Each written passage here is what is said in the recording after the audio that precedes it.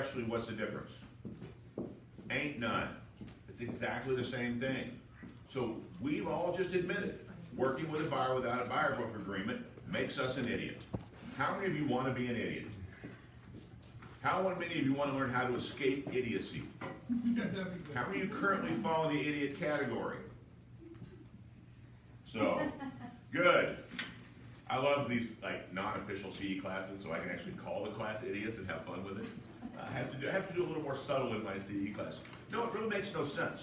And I teach my buyer broker class for CE, and I always ask why doesn't everyone use it? And I literally ask the question, but the next screen in my PowerPoint is the answer every class gives.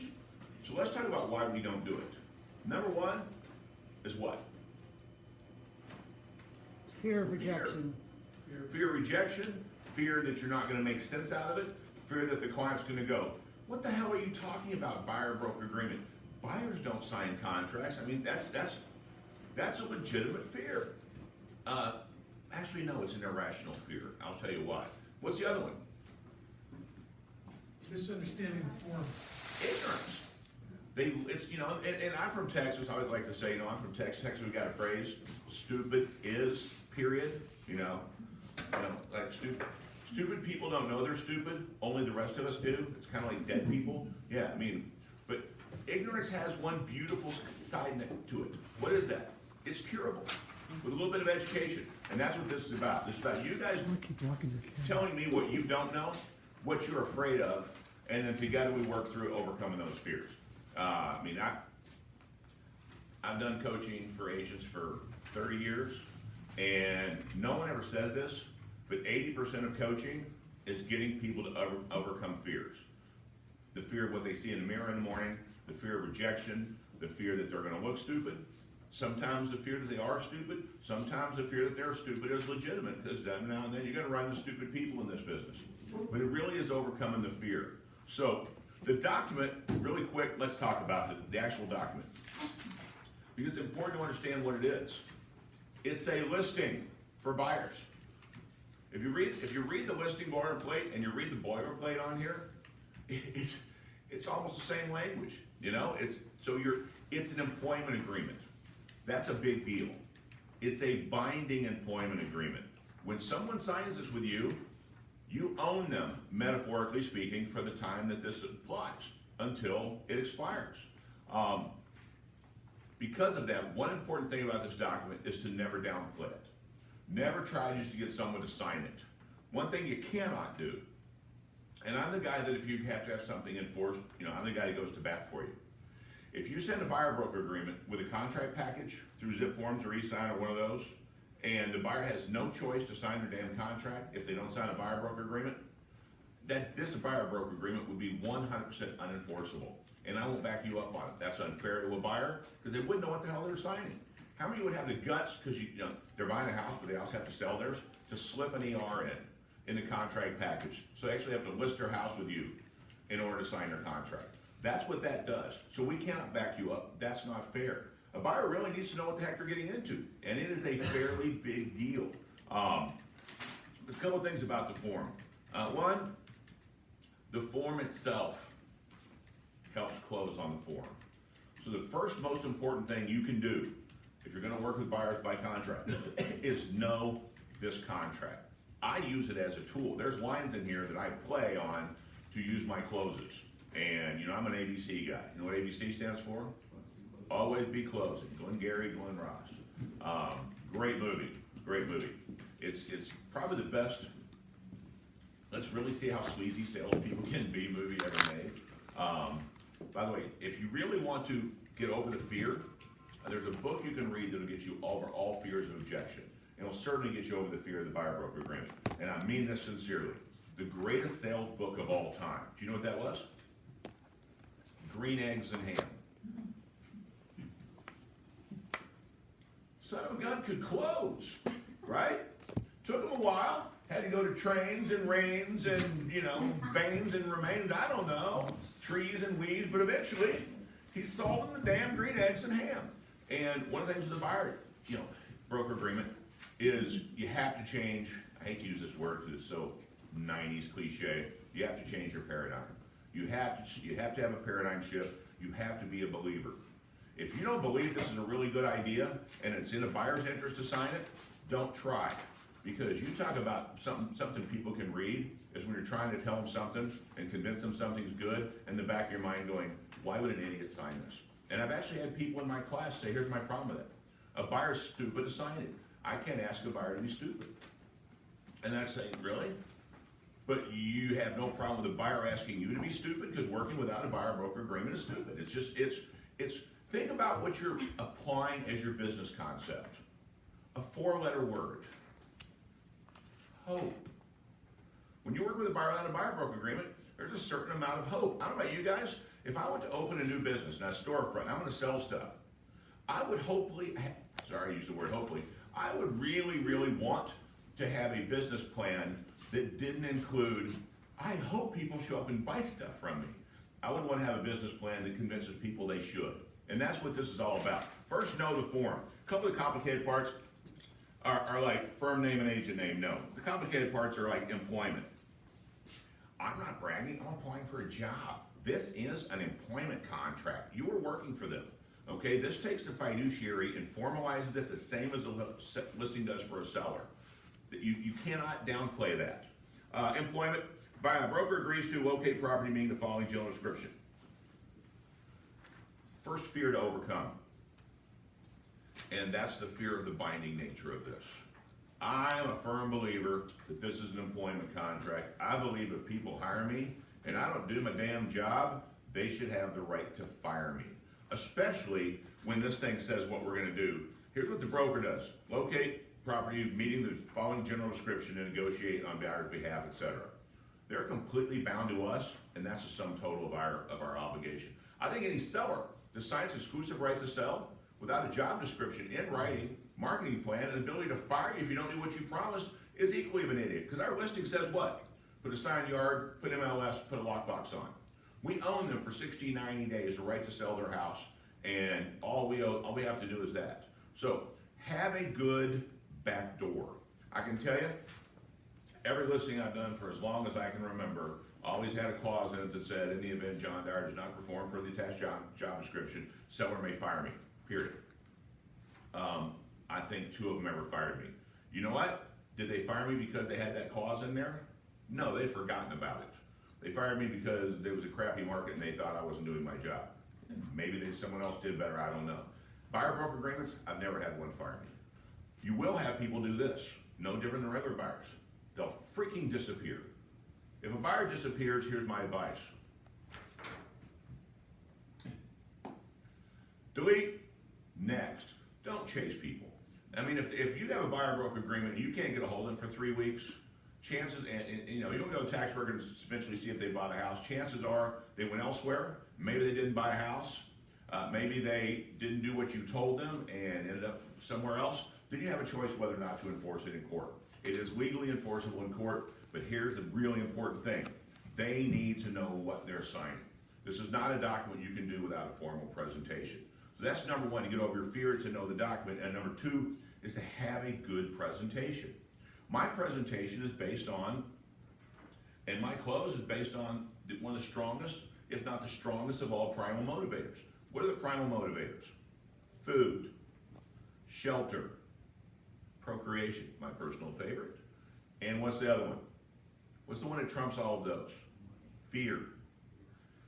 Buyers have no idea how potentially screwed they are in every real estate transaction they walk into. They are so ignorant and naive, they think they're buying a house and they're doing inspections and they're figuring out where the furniture is going to go. What they're really doing is signing the most expensive and high liability signature they're ever going to sign in their life. First paradigm you got to throw out, you don't sell freaking houses for a living. You don't. What sells houses? Houses do. I'm a pretty good salesman. I used to sell vacuum cleaners that were not really good to people who really didn't need them for way more than they should pay. That was sales. I mean, I talked them into it. I sold, hundreds if not thousands of houses, and I've been involved in hundreds of thousands of transactions. Not one of them has anyone ever said, you really don't like this house? Well, you think this house sucks? let me talk to you for a half hour and convince you that the house sucks, doesn't suck. I mean, we don't do that. Houses sell themselves. What are we? Are we marketers? Marketing's BS. Marketing has nothing to do with selling real estate. You know what it has to do with? Giving yourself the opportunity to do your job, which is not selling real estate. You're licensed legal representatives. You're practicing law when you create documents under Article 26. What percentage of buyers you think know that? Maybe 2. You're a fiduciary, a person in a position of absolute trust, where you must put the client's interest before yours. How many clients you think know that? Probably 2%. By the way, every time someone says they bought a house, I always ask them, did your agent explain fiduciary to you? I never ask them who the agent is, because I don't want to get involved in it. I just want to know that they explain fiduciary. No one does. So what have I just thrown out? 2 things that you can express to a buyer to walk them to a healthy fear. And if you're the one that introduces them to the fear, what do you also want to be seen as? The hero, the person to protect them from their fears coming true. And do we believe a buyer needs the best legal protection possible in a real estate transaction? Trust me, from what I do for a living, let me just tell you, come to my office one day and sit when I get off the phone. Let me tell you what that conversation was about. And you'll realize buyers need protection. Most agents are too freaking lazy and don't give a damn about their buyers. Unless you really, really are passionate in doing what's right by your buyer, don't get a buyer broker agreement because you're not worthy. This is a document you have to be worthy of getting signed. This is operating at a higher level, and you're basically taking ownership of that buyer's right to purchase for a certain amount of time. If they buy, you get paid. So those 2 things are, they should be afraid of. That they're dealing with a fiduciary, position of absolute trust. They didn't even know that. If you're the person that explains fiduciary to them, guess what? You move right up the list. If you're the person that explains agency to them, and why we have agency disclosure, election, and confirmation. If you're going to work with a buyer broker agreement, you really need to understand the process of agency, because that's what this is, formalizing that and adding a contract to what is out there anyway. Hopefully expressed, not implied agency. But going back to form. So we're going to find residential, land, commercial, and other. First of all, check all those boxes. And under other, can we all agree one of the reasons you want to sign this is you're covering your ass? Well, one of the ways you want to cover yourself is the scary one, and that's new homes. And I put under that, I put new home / custom build, because a lot of high-end buyers get tired of looking, can't find a house, they buy a lot and build one. Custom builders, that's not a real estate transaction, but they will typically pay us nice, fat, friendly referral fees. And remember, a new home sale, and this is something that agents, I have the hardest time getting agents to sink into their head. When you do a new home sale, say you take them into Lennar, great company, they pay us. Guess what? You don't represent the client. When you sell a new home, it's a referral. Read the broker registration very clear. So if you ever wonder why your rights are limited, that's why, because we don't represent them. Does that mean that we don't want to be there with them and get paid? Does that not mean that we want them to make sure we get paid? Buyers need to understand the consequences for going somewhere without you. So an important part of this process is not just scaring the hell out of them, it's also educating them. Because what they don't know can result in you having your contract violated, which means you're gonna have to decide to go after someone. And if they don't understand it, their ignorance, in my opinion, is justification not have to pay you. You have to make sure they know what they're signing, which means you need to know this document very well. So you said check all those boxes? Yeah. Okay. Yeah. But you build your other? Yeah. Commercial, because you know what? You may have somebody that says, hey, by the way, I'm moving my company here. I want to buy a commercial building. Now, you may not be qualified, but you got on this agreement. Guess what you're applying for? A higher than typical referral fee. See, because I'm going to send a commercial guy referral for 25% for a blind buyer. I got them under buyer broker contract. I'm going to get 35. Why? Because they can't do it without me. They need me to step aside. I own the buyer's rights. It gives you a position of power. And by the way, one of the fattest checks I've ever seen in my mailbox was from a referral. All right. Now, how do you really understand what an agency relationship is? Understand what you do. as far as an agent goes. How many look in the mirror and think, I'm a fiduciary? I'm the same person in someone's life as their tax accountant, their lawyer, their personal banker. Those are fiduciaries. Those are positions of absolute trust. That's a very big deal. Look at yourself that way. One of the reasons why nobody uses this is because they're apologists. They really don't think we do anything. Tell you what, write down everything you do in a transaction from the time you answer the phone till you close.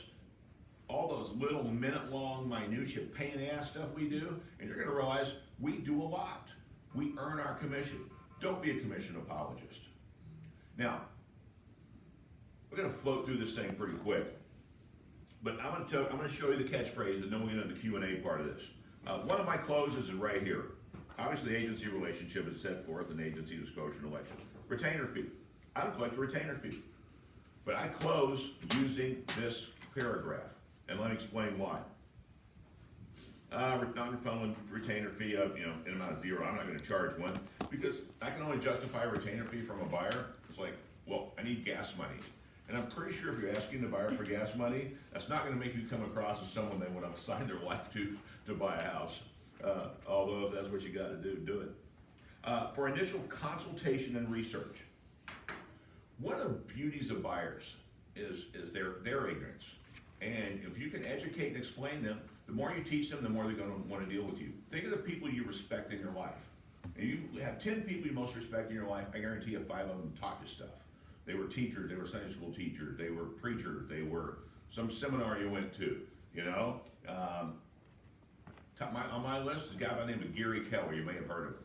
Not because he was a great leader of the company he used to work for, because he taught me 3 things I never thought of before I sat in a room with him. And he changed how I do my business. He changed a lot of things. And I'm grateful to him for that. Mainly because he taught me stuff. You want to be the source of their education. They don't know how we work. Here's what you really have to overcome in their head. Hey, buyers think we're all filthy, independently wealthy. How many of us are filthily, independently, not me. Okay, we'll throw that one out.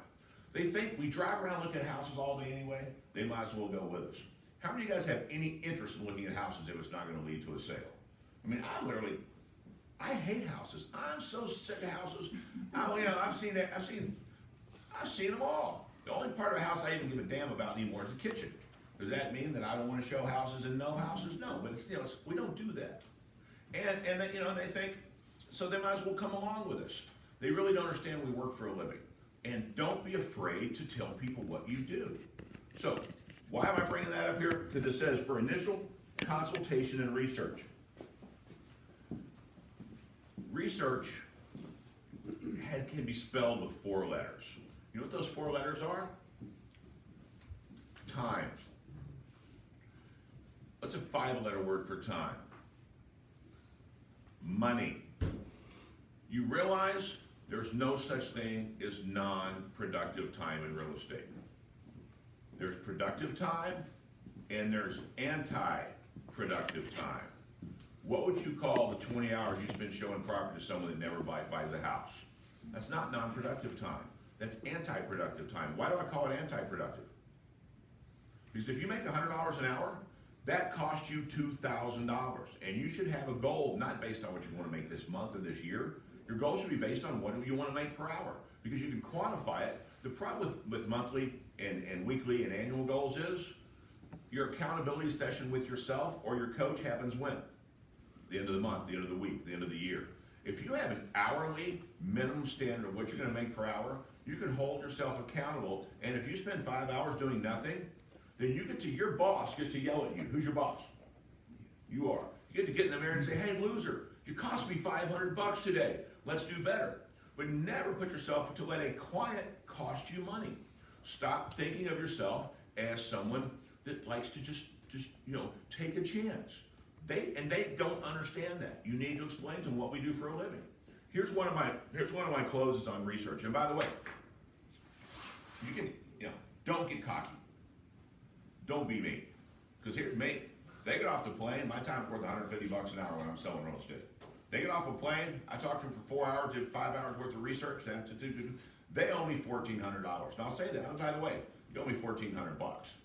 They'll laugh, we'll laugh, and I'll explain why. That's just because my time is worth. Now, what is your time worth? Would you want to work your job, and that's what you say to buyers, would you want to work your job in a way that you're potentially getting 0 per hour in a job that you've always made 50 bucks an hour in? What are they going to say? No. Ask them, why wouldn't you do that? What are they going to say? It's crazy. It's stupid. It's crazy. Guess what? Human nature. How many of you are good at asking people to do things that you think are stupid? Once they understand the stupid, they have trouble asking you to do that. Plus, think about it. What did you just describe? Every agent that does use a buyer broker agreement. Well, if doing that is stupid, that means everyone but you is stupid. You want to be seen as smart. It's logical, it makes sense. But research is time. Quantify it. And stop, because if you don't get paid, what are you? If you do a task and you don't get paid for it, what are you? You're a volunteer, or even worse, an amateur. What's the difference between an amateur and a professional? We professionals get paid for using our skills. Why put yourself in a position of not doing that? And explain that to buyers. They'll have an epiphanical moment. Their eyes will go, do you mean that guy that showed me 4 houses last week that I'm not calling anymore is out hundreds of dollars because he didn't make money off his time? The answer is absolutely. I don't do that. I don't take that chance. What did I just do? I made myself look smarter. Who do people want to work with? The smart person. And they sure as heck will not ask you to do something you say is dumb. I want them to understand research. I don't look up the heavens, and ask God a question, and the good Lord above fills my brain with all the answers to school districts in East Chandler. You know what I know about East Chandler? I think it's over there. Does that mean I'm not going to show houses in East Chandler? No. What am I going to do? I'm going to research. I'm going to learn. I'm going to spend time. I don't want to work for free. Is everybody going to sign this thing and close the deal with you? No. But what are you doing? See, I consider it a loyalty and education agreement. They're committing themselves to you for loyalty, and you have the opportunity to educate them as to why it makes sense. Does that make sense? The other side is consultation. I want to be seen as a consultant. Stop thinking of yourself as a salesperson and a marketer. You know what marketing has to do with actually selling listings? Ready for this? Almost nothing. What sells listings? 95% of listings sell through MLS. So the only marketing that really matters is what you put in MLS. Does that mean you shouldn't market? No. Why do we market listings? To get buyers in more listings. It's like, why do you hold an open house at a listing? You're hoping you might sell that listing. Well, we said open houses to pick up buyers.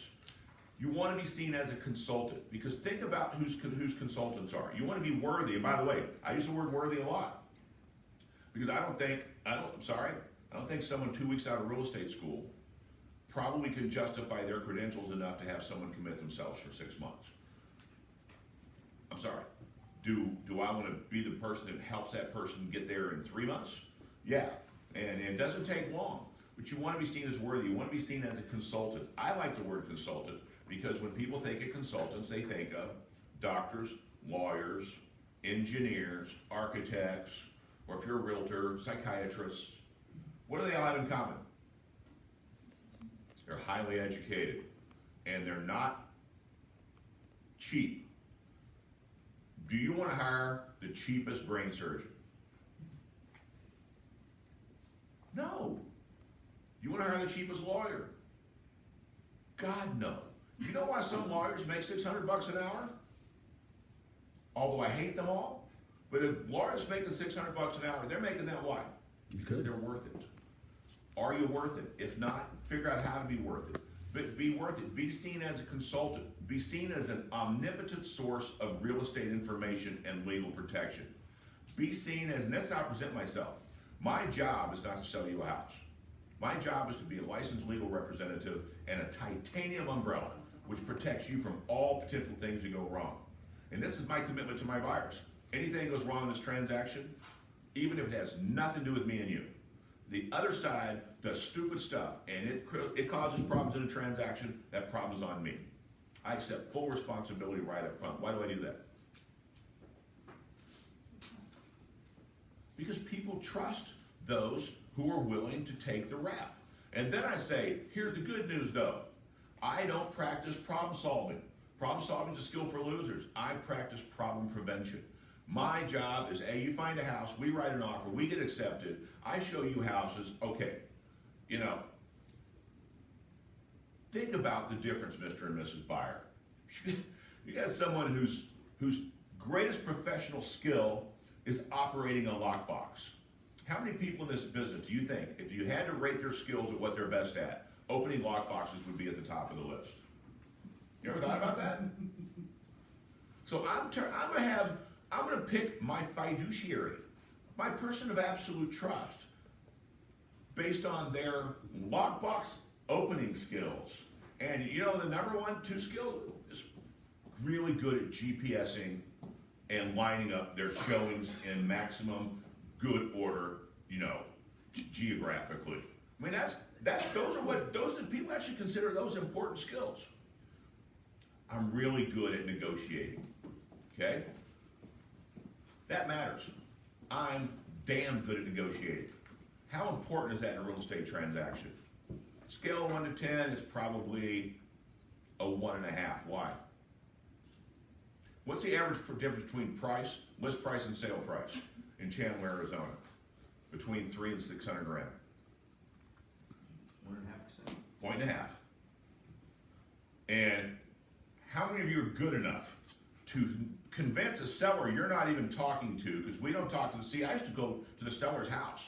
We negotiated. I was a grinder. So you're the listing agent. How much crap can I throw at you before it's going to make you call your seller and say we need to take less? The answer is, I can keep throwing it. You ain't going to change. There's not a lot of negotiating. We are professional representatives. And when we really earn our money, it's from the moment the contract is signed until closing. Before that, you're a tour guide. You're a cruise director. Is that important? Well, yeah, because if we don't take them on the tour, we don't get to write the offer, then we don't get to really do our job, and then we don't get paid. But stop thinking those things are important. Be able to communicate to a buyer that what really matters is the muscle you have, the mental muscle you have behind you, the legal knowledge and understanding, the fact that I believe problem solving is a skill for losers. I think you should practice. Here we go. Potentially paranoid, proactive, prepared, problem prevention. How do you do that? Perfect paperwork. And I tell my buyers, I have a fiduciary duty to do perfect paperwork. And then have some challenges for your buyers. But problem is, you need to know your stuff. If you're going to do this, you need to know the contract almost by memory. Okay? You need to be able to, if I ask you a question, you can tell me what section the answer is in. Because when I say, okay, if you're going to potentially work with other agents, here's the deal. Ask them 3 questions. If they can't answer these questions, you don't want to buy a house from me, that's fine. Don't buy a house from them either. Because it means they have no idea what they're doing. What's a fiduciary? Why should you trust me to be one? What's in section 5A and 2K of the purchase contract? Those are 3 things that an agent not only should know, can't not know. If you don't know that, you're not worthy of even writing a contract. Yeah, I'm kind of in your face guy. You guys probably figured that out about me. I don't apologize. I ain't nice. Because I want to overcome I want my home group to be the company that revolutionizes the industry by being 80% of us using buyer broker agreements. Oh, wow, just to throw you a little tease here, you'll make 1/3 more money working with half as many buyers. Let's get back to the financial motivation here. So, consultation and research. I want them to know that I spend time, because no one wants to ask you to work for free. Here's my favorite close. See if there's anything else on here. Let's jump down to compensation. Here's my favorite close for compensation. First of all, Mr. and Mrs. Flintstone, my buyers always, I don't want you to have to pay me. Here's the beauty of this. You get me, the highest level of service, who's not going to show you BS about marketing. I'm actually going to be your licensed legal representative. I'm going to be your titanium umbrella.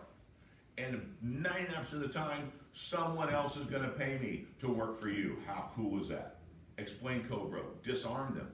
Because if they think they're writing a check, you probably got a problem. But here's my turnaround. I thank my dad for this. My dad was a Baptist preacher. And there's 2 kinds of Baptist preachers. One is the yell and scream and, fear of God, wrath of God stuff. I grew up listening to a lot of those. My dad was a different kind. He's very soft-spoken. He's a storyteller. And his favorite part of the Bible were the parables. The stories that, that create a metaphorical picture in someone's mind. This is my story. This is my turnaround. By the way, I got that from my dad. I'm obnoxious about it. One place I worked, they called me Mr. Metaphor because I couldn't actually, you couldn't get a straight answer out. And it was always metaphorically speaking, I mean what I don't say. But here's my story to lead the buyers to where I want to be. Because you don't only want to create fear, them have fear of what could go wrong. You want them to have sympathy for you. You want them to understand why this matters. You want them to not want to deal with someone else because the other person is stupid. Here's what I do, Mr. and Mrs. Flintstone. Fred, you're a rock reduction engineer. Okay, that's what he does. Makes big rocks into little rocks. Been doing it for what, 17 billion years. He's about my age. So, and Fred, you lose your job. So you gotta go find new jobs. You go sit down with his boss, and the boss says, hey Fred, here's your resume. Here's my job description. Perfect match. I wanna hire you, man. And you're asking for 75 bucks an hour. Here's what I'm gonna do for you. I want you to work for me 4 to 15, 20 hours a week for the next 4 to 6 weeks. And at the end of that time, I just might pay you 125 bucks an hour. Fred, would you take that job? What's the client gonna say? No, why not? Well, because that's stupid. What did I just describe? A real estate agent without a buyer broker agreement. You're bringing your professional skills to the table on a just might, on a hope. And by the way, we've all done that. What happens to you? Now think about it. If you took that position, you were Fred, you're gonna go in day one, what are you gonna do?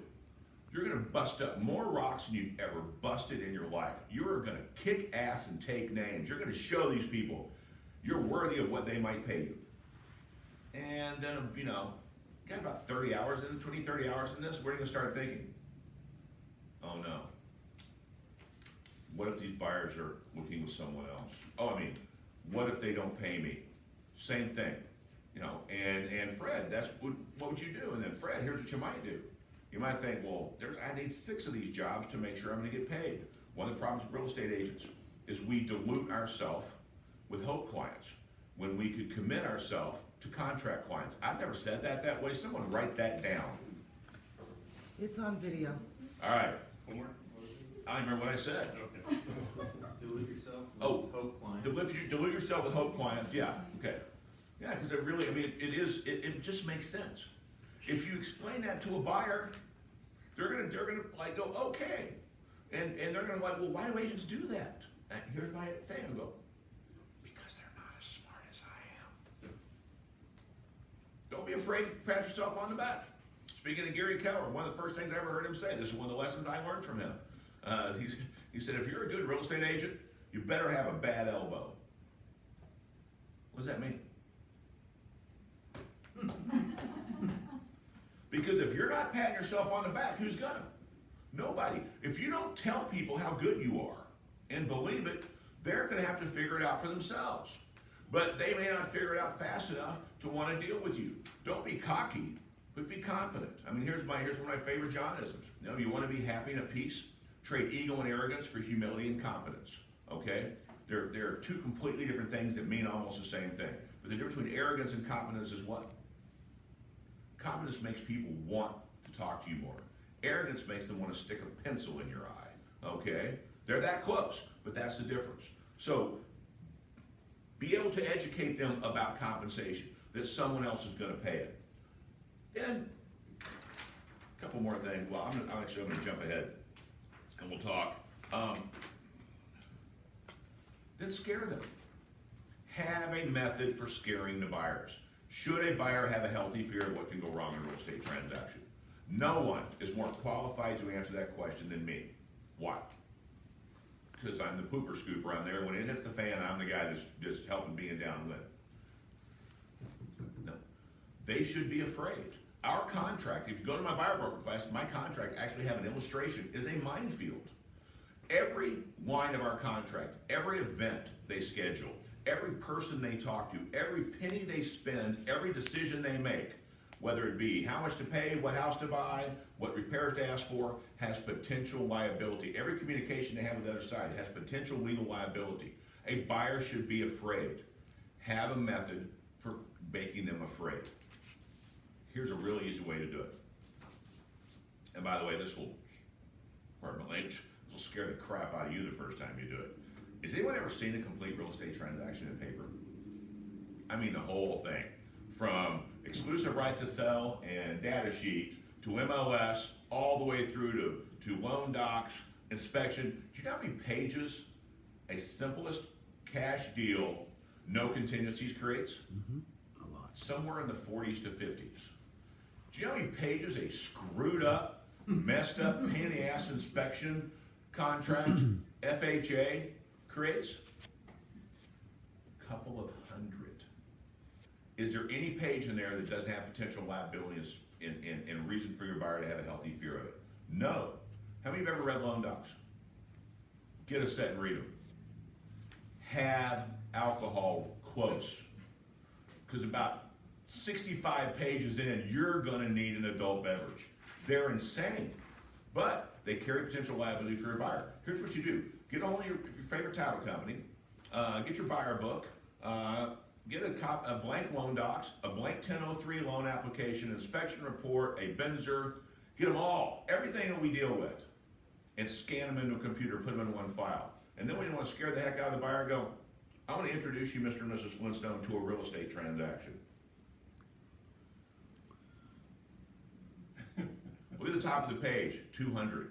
Do you realize that every page in there has potential liability? And my job is to protect you from it. My job is to be the general contractor, the project manager that manages the subcontractor. That would be our lender, that'd be our inspector, that'd be our title company. The buyer broker is at the center of everything. If you're gonna build a house, do you wanna work with a project manager that kinda sorta knows what they're doing and the evidence of it is they made a lot of money last year? Is there any connection between quality of service and quantity of income in real estate?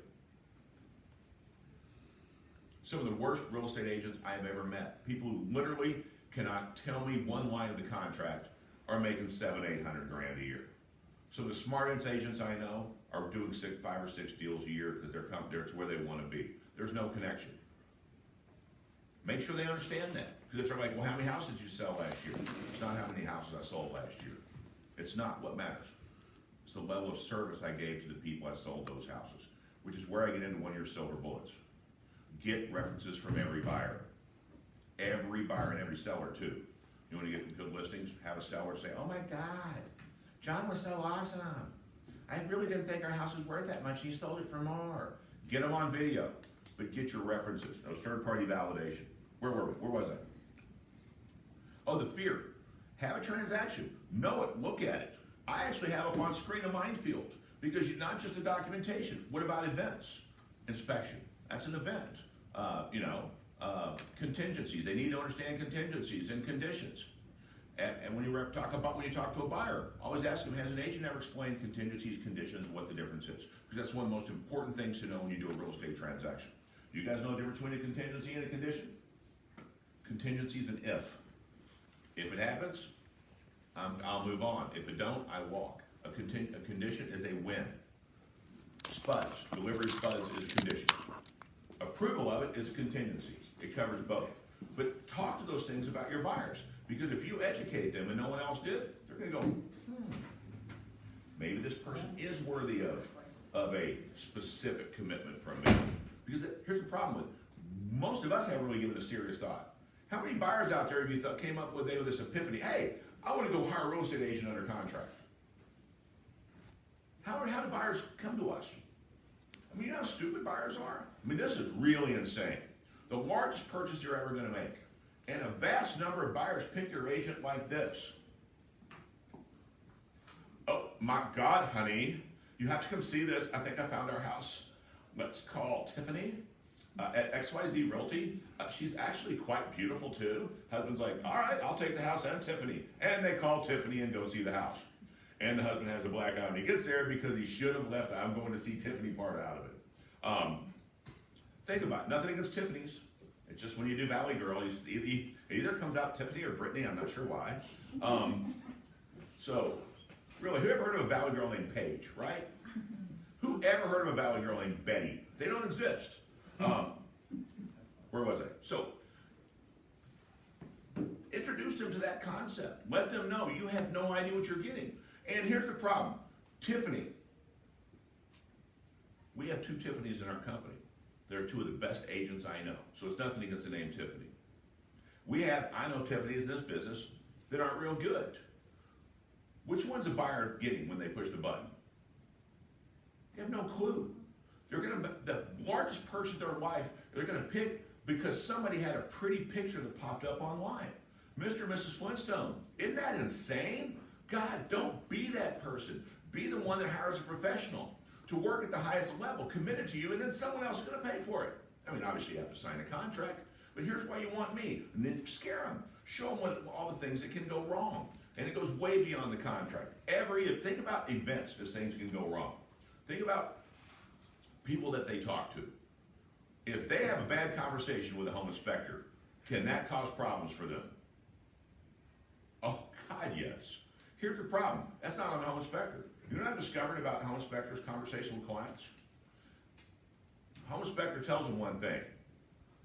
Unfortunately, between that home inspector's mouth and their brain, they did not hear what that home inspector said. Why? Because home inspectors speak home inspectees. Buyers speak, I don't understand. But is a buyer going to say they don't understand? No. They're just going to let their little interpretation ruin their life. That's another piece of this. I'm your protector. You need someone to be your project manager. But if I'm going to do all this at a higher level, you really have the guts to ask me to do it under hope? No way. I'm better than that. Sign here. Now, questions? Part that I always stumble with is on line 28 through 31 about the compensation. When I put in 3%, I always explain that the seller's going to be paying me towards that. But let's say they see house that's 2.5%, then how do I explain that I'm not gonna charge them the difference? Because I'm not gonna make, or should I not do that? I write right in.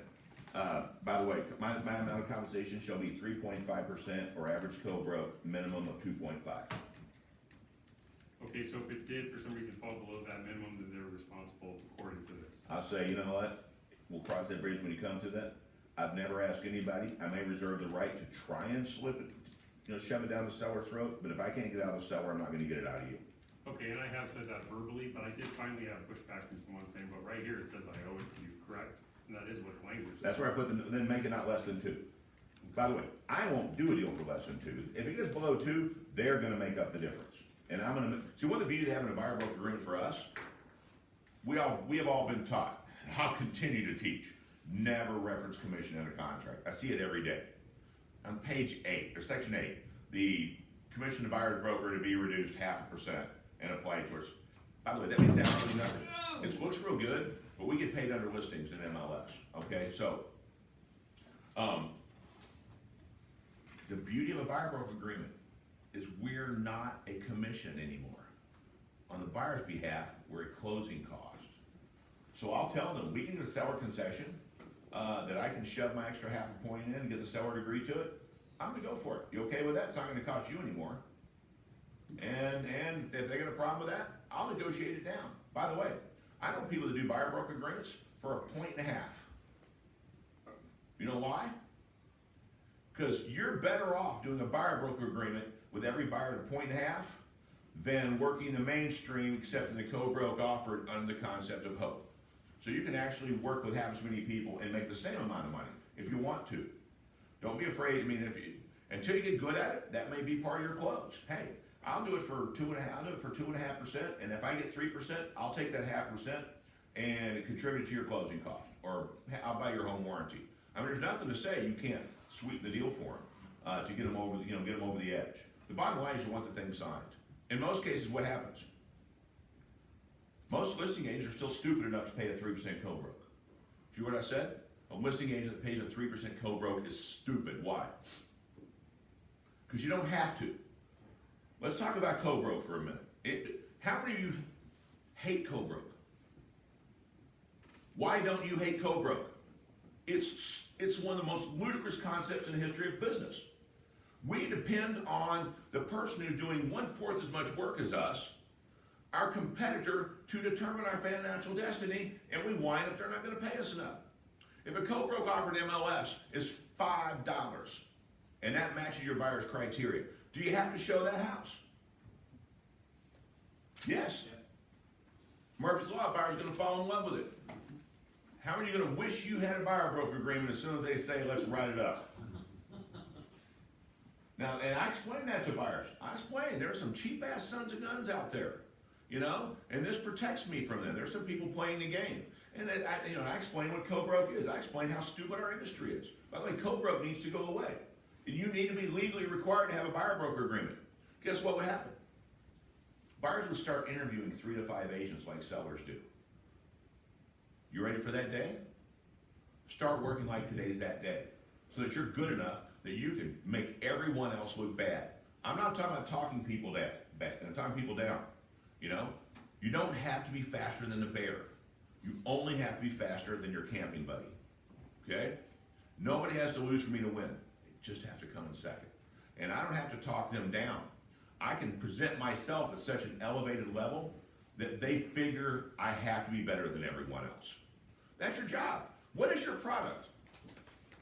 You. Service and intellect. Me, my brain and my service. Do my looks matter? You guys know me, I work. Well, this winter, I've already worn closed-toe shoes more than I usually do in a 5-year period. I've done real estate in shorts and flip-flops for as long as you can remember. Not relevant. Not relevant. They ain't hiring my pants. Insert bad joke there. No, they're hiring my brain. They're hiring my service. Talk about it that way. You know, say, can you make fun of the fact that real estate people call them people salespeople? We don't sell things. We sell our service. We sell our intellect, our knowledge, because our intellect is what? That's what creates that titanium umbrella. Our ability to anticipate, to look around corners. You know, I can tell you, I'm very proud of this. When it comes to real estate, I can see around corners. What do I mean by that? You know what's gonna happen next? I don't have to go around that corner. I've been around that corner many times. I know what's over there. I can tell you if it's a frog or a tiger. Okay? And if it's a tiger, what am I going to do? I'm going to come prepared to fight a tiger. I'm going to come with a big old gun. Be ready to take it out, because part of our job is fighting battles. If it's a frog, what am I going to do? Bring scissors, cut its legs off, and cook them. I'm from the South. You know, it's all different. But do we come across a lot of frogs? When I say frog versus tiger, what do I mean? Little inconveniences that you have to kick out of the way. They're not really a big problem, but that, for every tiger we deal with 1,000 frogs. They still need to be moved out of the way. Explain that to them.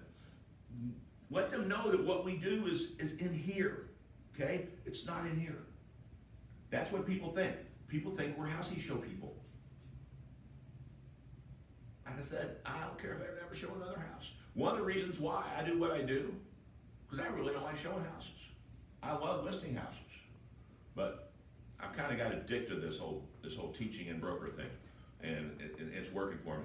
Will you repeat the clause that you write in the line 28, the compensation? Compensation? Yeah. Amount of compensation shall be. I'm going to do, for me, 3.5. You can do 3, you can do 2, you can do 1.5.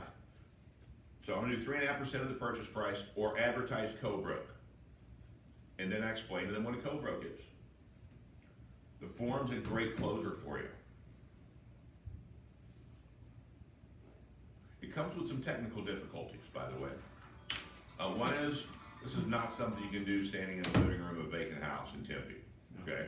This requires a presentation.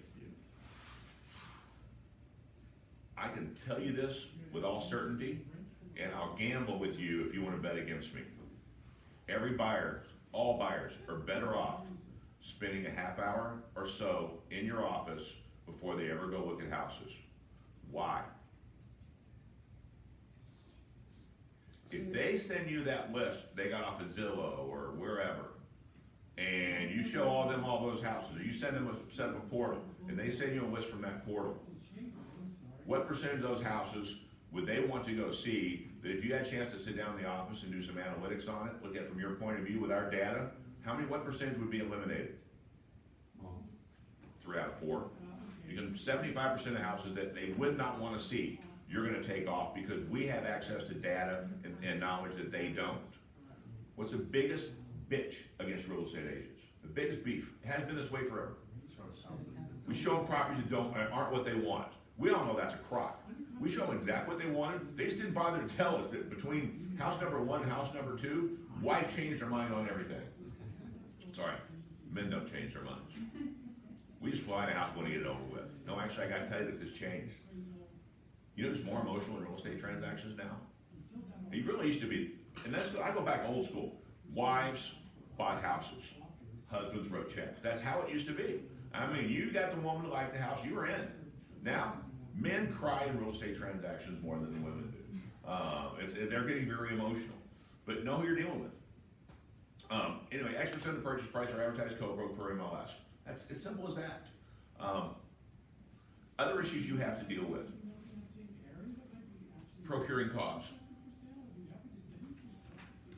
Much like co-broke, procuring cause is complete lunacy. It's a ridiculous concept, but you have to understand, compensation and representation have nothing to do with each other. Have I gone in procuring cause hearings and won money from someone that had a buyer-broker agreement? Yes, the buyer-broker agreement does not earn you the commission. What earns you the commission? Showing the property and being involved in an unbroken chain of events which leads to contract writing and acceptance, okay? Be careful with that. And where it really comes in is, unlike sellers, because sellers talk to a few agents before they list with one, but they don't have people running through their door yet. Buyers, probably 80% of the buyers that talk to you will have already seen a house or two. They've already talked to an agent. They've been to a new home subdivision. You're not gonna get paid if they buy those, okay? The agent that showed them probably has procuring costs. If they go to a new home subdivision without you, guarantee you're not gonna get paid. And by the way, be careful, because their registrations are valley-wide. Our registrations are property specific. So ask them, have you seen any property? Page 2, exclusion. This agreement excludes MLS numbers and Pulte homes for 10 days. Why 10 days?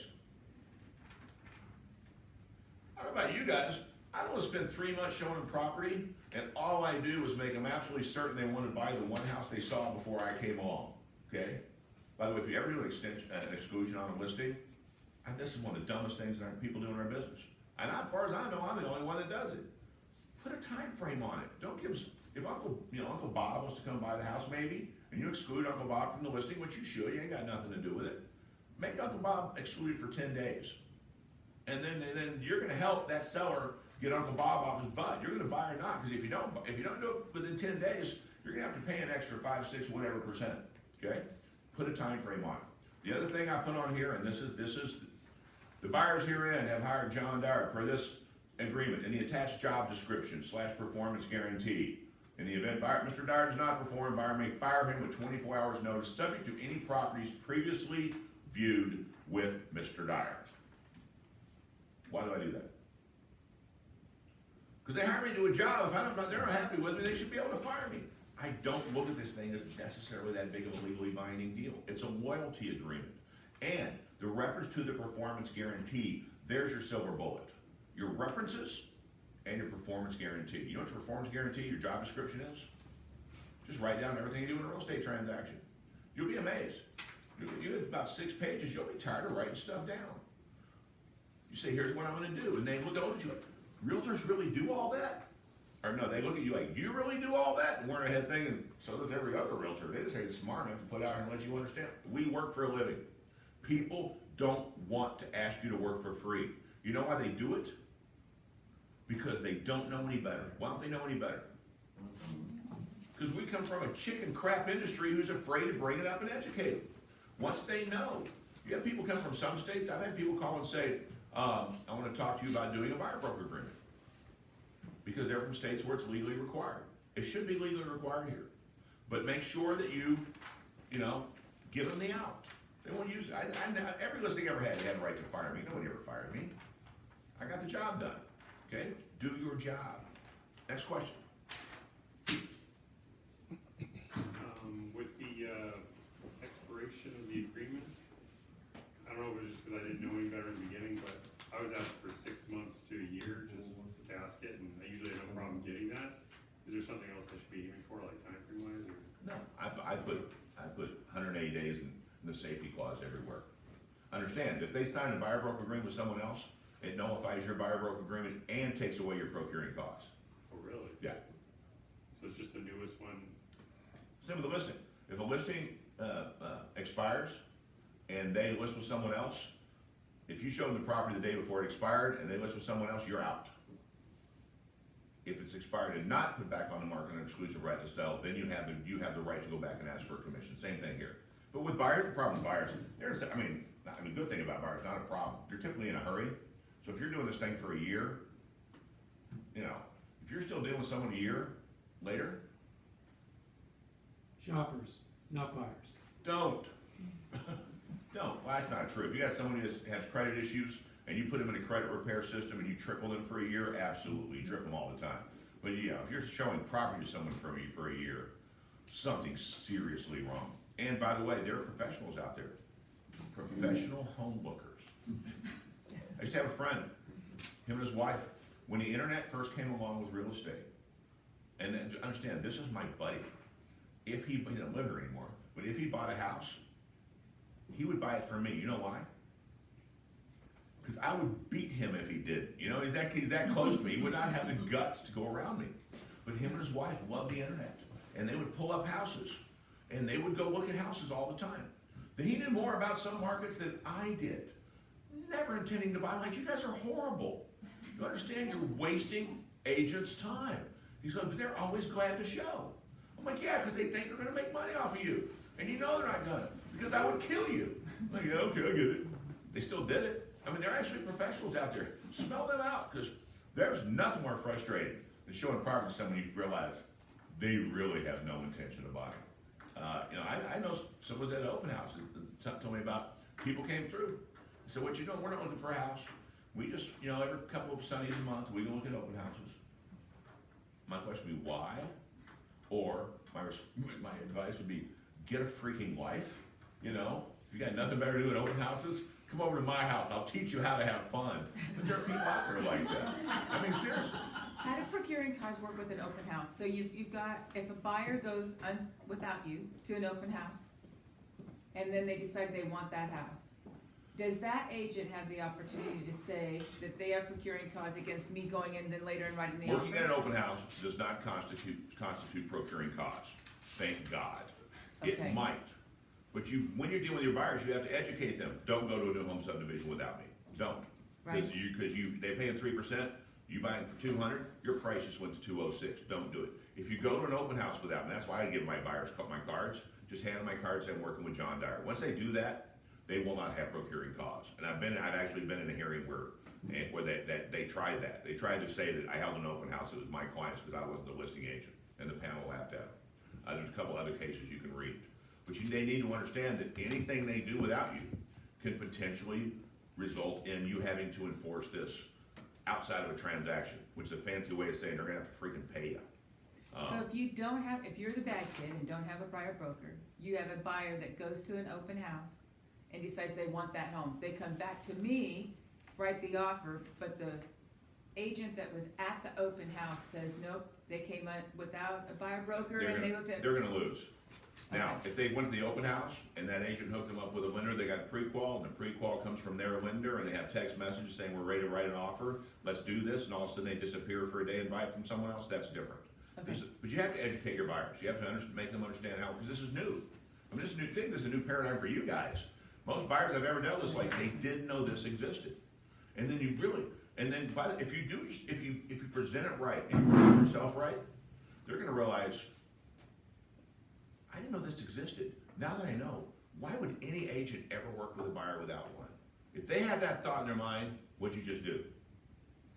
You close the damn deal. You got them. Because it makes perfect sense. What was I gonna say? I'll come back, somebody ask a question. The procuring cost thing, if it's uninterrupted chain of events, right, isn't that the language Yeah. that's used to sort of describe Yeah. that? So that's why if your scenario where they get their lender, emails, text conversations before they get to her, write the offer, Yeah, then you may have a problem. they're talking about writing an offer, yeah. And- Uninterrupted chain of events is the key language, my understanding, of how that, the catalyst on whether it's procuring costs or not. And I'm a procuring, I mean, I like playing lawyer, I'm a procuring cause monster in those hearings. And we recently won one of those, because they said open house doesn't constitute procuring cause. And then we brought a pile of emails and texts and an offer that was written. They said write the offer, but then they showed up literally at the last minute with an old friend. And procuring cause is really just to protect us, because it's a 100-yard dash, we run 99 yards. Some other sucker steps in the last one, busts the tape and gets the trophy, and goes, I win. That's what procuring cause is about. Make sure your buyers understand it. Make sure that if you're involved in a chain, you do your job. If you have a buyer broker agreement, what happens to your, let's talk about our responsibility. If you have a buyer broker agreement, what happens to your level of responsibility to your client? Goes up. You know, it goes from 2,000 RPMs to red line. You better be working at the highest level, because these people are doing something for you they've probably never done for anyone else. They're committing themselves to you. They're promising to buy a house from you. Before buyer broker agreements, I had, and my dad hated when I said this because he's a preacher, I used to say I have my come to Jesus talk. I'll come and advise. I say, Mr. and Mrs. Buyer, see my picture of my 3 kids on my desk? You know how I feed them? Selling houses. And when I show houses people don't buy from me, that's taking food out of my kid's mouth. Will you buy a house from me? That was a buyer broker agreement of John Dyer in 1985. By the way, when people look you in the eyes and say yes, you get a little sympathy. By the way, you got kids? You know, talk about feed. This is how I feed my kids. This is what I do for a living. I don't show houses for a living. I close deals. Give me an opportunity to close a deal. Give me loyalty, promise. It really is kind of a no-brainer. But you have to study. You have to know the documents. You have to know what you're doing, and you have to be prepared. Another little piece of the puzzle. This gets into closing, and this is my favorite part of buyer brokers deals. I haven't done this in geez, probably 8 years.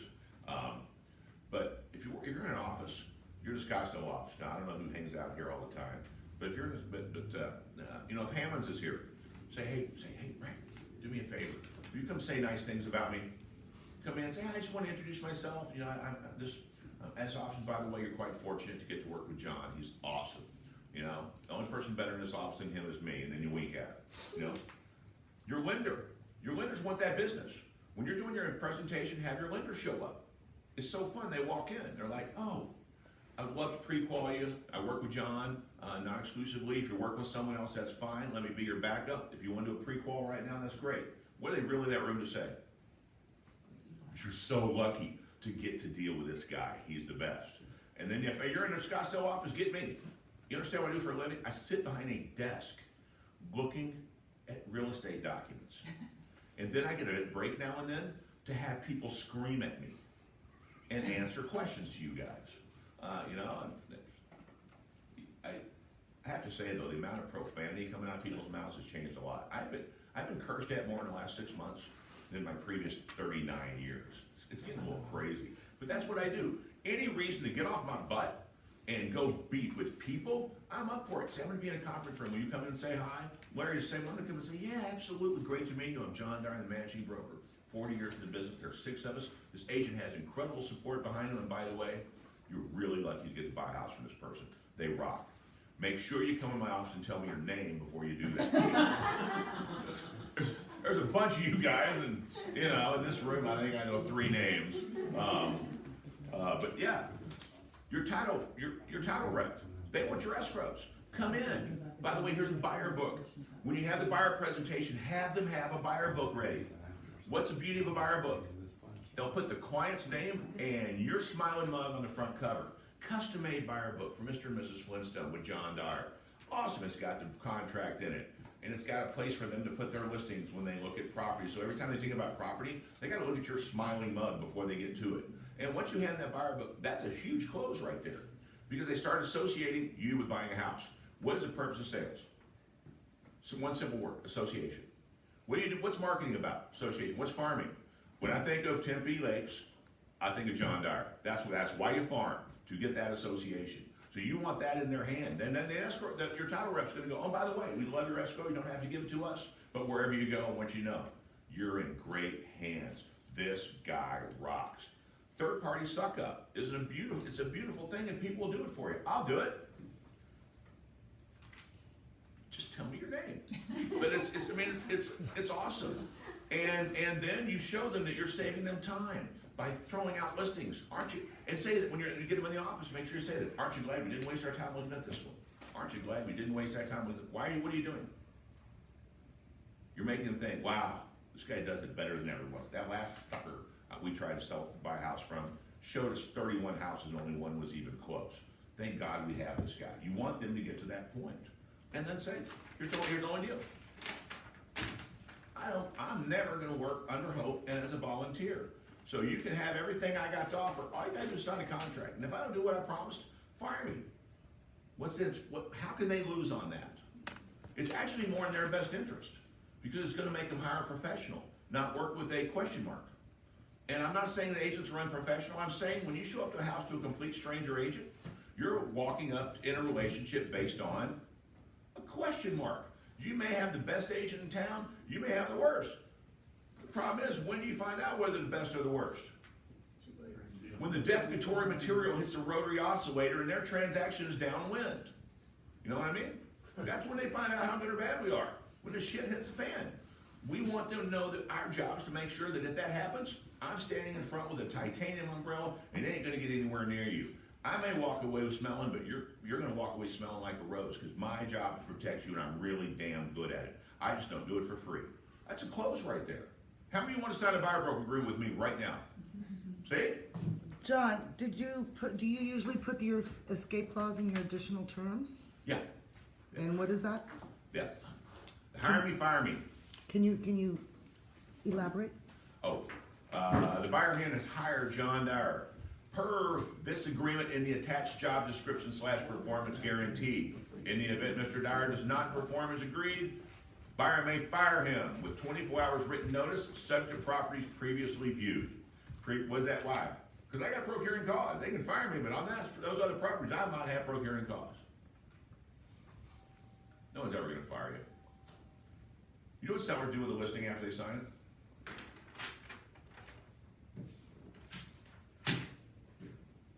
Never to be seen again. If they fire you, they want to cancel. Do you think they lose their listing when they cancel? You know they call and say, I want out. You know, what are they gonna do with that buyer broker agreement? They're gonna put it aside. Whose job is it to remind them about the buyer broker agreement? Aren't you glad you signed that buyer broker agreement with me? Just think you could be out there with a complete loser. No, just kidding, don't do that. And here's one of the other ways to close on this, and people think I'm nuts. You wanna pick up 9 out of 10 buyers in an open house? Refuse to show an open house till they sign an agency disclosure. That is a silver freaking bullet. And by the way, once they sign the agency disclosure, what's that open the door to? A discussion about a buyer broker agreement. Why would I have people sign an agency disclosure in an open house? Because you should do it. They should understand what an agent is and they should select it every time, because you're gonna be talking price and terms. You may be acting as a fiduciary without them having been disclosed or understanding what that means. Once you talk price and terms, you're implied agency anyway, right? Exactly. And by the way, implied agency is very bad. You've gone to other open houses and they didn't have you sign this thing? Oh my God, thank God you found an agent that knows what they're doing. And let me explain what a fiduciary, did they tell you they're a fiduciary? Let me explain what that is. Let me explain why I wanna be one. You don't have to buy a house from me, but this is stuff you need to know if you're gonna buy a house. And then walk them through what a fiduciary is, etc. Are they gonna wanna work with you? Yeah, because you're the first person that actually did what the law says you have to do. I mean, it's awesome. It's awesome. It's a great, people say, I can't imagine doing that. I know people are afraid to have them sign a sign-in sheet. By the way, if you ever let someone look at one of our listings without them signing their name and you know who's in that house, you're screwing up. You know why people go look at listings and won't sign a sign-in sheet? Because they're looking in the bathroom to steal drugs. If they're not willing to sign in, problem. They may sign in as Mickey Mouse, Donald Duck, Elmer Fudd, but at least get them to sign in. And I get them to sign a buyer broker agreement, an agency disclosure. And then I'll show them that house. Then I'll show them the house. What am I gonna talk about? why they would wanna hire me, why they would wanna sit down in my office, how I can avoid a lot of hassle with them and give them the highest level of service. Come see me, we'll talk about it. Yeah, Give us your spiel on how you get them to sign the agency and what you say to them. I just did. What is this? It's an agency disclosure. It means, by the way, you can have an agency disclosure signed with every agent in town. It doesn't mean, it means simply if I involve with you in buying a property, you understand that you've elected me to act as a fiduciary and work for you instead of the seller. Simple form. Why am I having you sign it? Because I like to work at the highest level, and I believe part of my fiduciary duty is to educate clients about the legal side of a real estate transaction. Because let's face it, houses sell themselves. That's about money. Real estate transactions about law. And agency is a legal concept that you're creating a fiduciary relationship with me. That's a very big deal. That's a position of absolute trust. That's trusting me to put your interest first. And the fact that I'm willing to bring it up and put my neck out there and do something no one else does is probably good evidence that you can trust me to put your interest first. Because any agent who shows at an open house without having an agency disclosure signed and discussing it is not putting your interest first, or putting their interest first because they want to get you interested in the house and then maybe have an agency disclosure signed sometime down the road. I don't work like that. I'm a legal purist. I'm not a salesperson. I'm a licensed legal representative.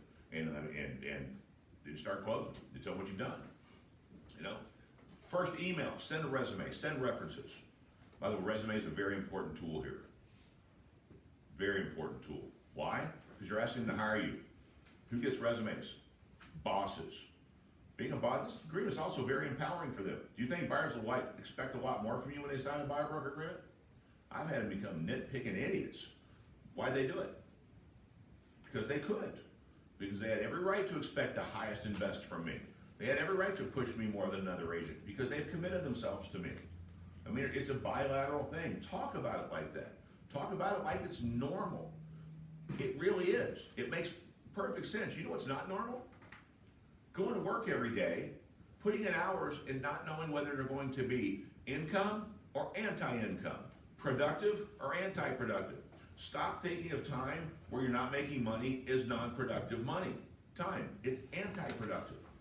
It's taking money out of your pocket. If you work 40 hours a week, you make $100 an hour and you waste 10 hours, how much did that cost you? $2,000. Why? Because you didn't make it, which means it's the antithesis of making it. So it really cost you more. I mean, think about it. Look at it that way. Stop thinking about your annual goals. Think about your dollars per hour goal and hold yourself accountable at the end of each day. What's my out? Go back to basic real estate, dollar productive activities. Okay? Did I do a dollar productive activity that resulted in non-dollar production? That would be the ultimate example of anti-productivity. There's no greater example of that than what?